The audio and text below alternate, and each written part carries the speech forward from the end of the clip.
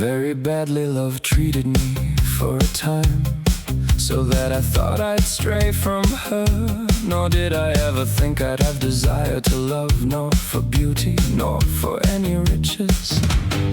Now she's taken me, put me in such madness so badly that I'll hardly escape.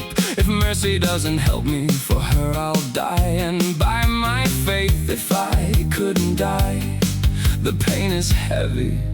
Sooner I'd want to sit down. I'm comforted, for I love such a beautiful thing. In all the world I don't believe I'd find her equal.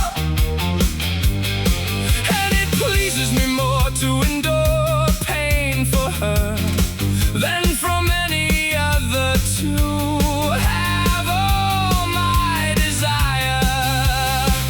God made me to do her command, and I give myself to it. Nor do I ever want to part from honoring her freely and serving. And I want to have more of humility than the lion had when it came out of the pit.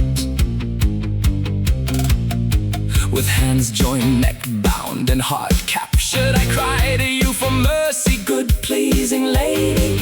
As you are beautiful and charming, have mercy on me, whom you've conquered. And I pray to God, from whom all good comes, that He put in your heart some pity, that you keep me in your friendship as I love you with good heart, loyally.